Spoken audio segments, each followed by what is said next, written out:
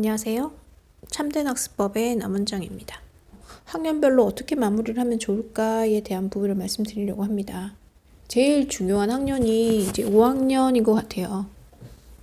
물론 각 학년들마다 해야 되는 미션들이 있지만 상대적으로 이제 5학년 과정이 중등 과정 이상 이제 앞으로 배워야 되는 학년에서 가장 중요한 내용들을 배우는 시점이기 때문에 이때 말씀드리고, 각 학년에서 지금 이 포지션이 제일 중요한 것 같아요. 초등에서는 5학년 과정, 중등에서는 중2 과정, 고등에서는 고2 과정이 가장 어렵기도 하고 제일 중요한 내용들을 배우게 되는 것 같아요.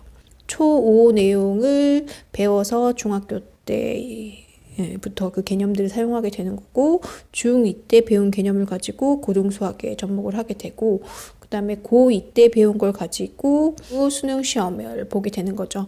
수상, 수하를 고1 때 배우는 것이고 수원, 수투를 고2 때 배우게 되는데 이게 수능의 공통 범위가 되는 거죠. 그래서 가장 중요한 시점이다라고 생각을 하실 수 있을 것 같아요. 그러니까 2015 개정 교육과정이 올해 이제 다 모든 학년이 다 들어가게 되어 있던 거여서 마지막으로 초5, 6과정이 올해 변경이 됐고, 그 다음에 중3이 변경이 됐고, 고3이 이제 변경이 됐던 거였죠. 그래서 작년에 했던 6학년 아이들하고 올해 했던 6학년 애들 교재가 또 달라졌어요. 학년들은 좀 상향이 됐어요. 그게 무슨 말이냐면, 예전에는 4학년 때 배웠던 거를 지금은 5학년 때 배운다거나, 5학년 때 했던 거를 6학년 때, 그리고 중3 때 배웠던 거를 고1 때, 그러면서 학습량이 좀 준 건 아닌가라고 생각하실 수 있겠지만 결국 배울 건 다 배우게 되더라고요. 그래서 그 교재에 대한 부분들과 어떤 내용들을 꼭 짚고 넘어가야 되는지 말씀을 드릴게요. 초5 과정은 사실 모든 게 다 중요하긴 합니다. 특히 5학년 1학기 거가 5학년 2학기 거보다 더 중요하고요. 수학은 이제 연계, 누적 학습이라고 해서 5학년 1학기 게 제대로 안 되어 있으면 5학년 2학기 나가는 게 좀 힘들어지고, 좀이 아니라 많이 그런 것 같아요. 그래서 첫 단추를 좀 잘 끼워야 돼서 1단원이 자연수의 혼합계 산이 나오거든요. 그냥 단순 연산이라고 생각하실 수 있지만 굉장히 중요한 부분이고, 이때 충분한 훈련이나 연습이 안 되어 있던 친구들은 나중에 중1 때 정수와 유리수 계산에 들어가서도 좀 힘들어하고, 그리고 문자화식 들어갔을 때 분배 법칙을 이용해서 계산하는 부분에서도 그 원리에 대한 부분이 조금 이해가 약한 친구들이 있더라고요. 기계적으로 풀어내는 훈련만 했던 친구들이라 이게 문자랑 접목이 되면 이 부분에서 많이 헤매는 경우가 있어서 그 단순 연산뿐만 아니라 그 원리나 체계에 대해서 조금 깊이 있게 공부를 했으면 좋겠다라는 생각이 들어요. 연산 문제집을 풀리면 좋긴 합니다만 너무 많이 풀리니까 또 부작용이 있더라고요. 유형별 문제를, 그러니까 문장제 문제라고도 할 수 있겠죠. 그런 데에서 어떤 의미로 사용되는지를 연습할 수 있는 기회를 만들어 주시면 좋겠어요. 당연히 기본이 안 되는 친구들은 연산만 계속 돌리는 것도 필요하지만, 그게 아니라 이제 기본 연산은 어느 정도 익숙해졌다라고 생각이 들면 문장제 문제, 그러니까 너무 어려운 거 말고 국어 능력이 수학에서도 상당히 필요한 부분이니까 그거랑 같이 성장시킬 수 있도록 해주시면 좋을 것 같아요.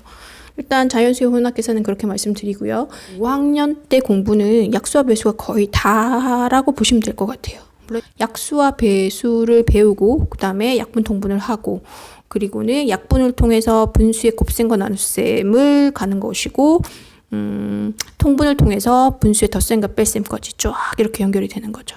첫 단추가 잘못 끼워지면 전체가 다 요동치는 부분이니까 이때 굉장히 중요하다고 생각이 들고, 그리고 여력이 된다면 꼭 심화 문제집까지 풀어주시기를 바랍니다. 근데 만약에 우리 아이가 좀 부족해서 그 정도까지 역량은 안 된다라고 생각이 드시면 그나마 조금 문장제 문제라도 신경을 써주시면 좋을 것 같아요. 5학년 2학기 때 수의 범위와 어림하기가 나오고요. 수의 범위 솔직히 그렇게 어려운 단어는 아니거든요. 어림하기도 마찬가지고. 그런데 나중에 그 범위를 구하는 부분에서 자연수까지의 범위를 생각했을 때와 유리수까지 확장했을 때의 범위가 좀 다르기 때문에 이때 개념을 받아들일 때 조금 깊이 있는 이해를 하면 나중에 중2 때 배우는 부등식에서 범위 구할 때 좀 수월하게 넘어가게 되더라고요.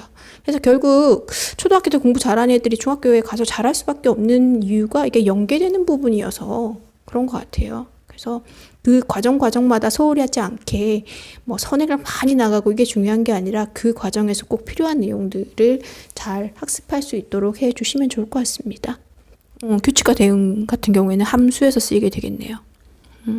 그 외에 도형 파트는 중1 하에서 2학기 때 배우는 기하 파트로 거의 대부분 쓰게 되고, 그리고 평균과 가능성이라는 거는 나중에 도수 분포표에서 사용을 하게 되어서 5학년 때 거 잘 해놓으면 중1 과정이 편안하게 넘어갈 수 있게 되는 것 같습니다. 5학년 거 이렇게 말씀을 드리고 다음 시간에 6학년 걸 말씀드리도록 할게요. 네, 시청해 주셔서 감사하고요. 다음에 다시 인사드리겠습니다. 감사합니다.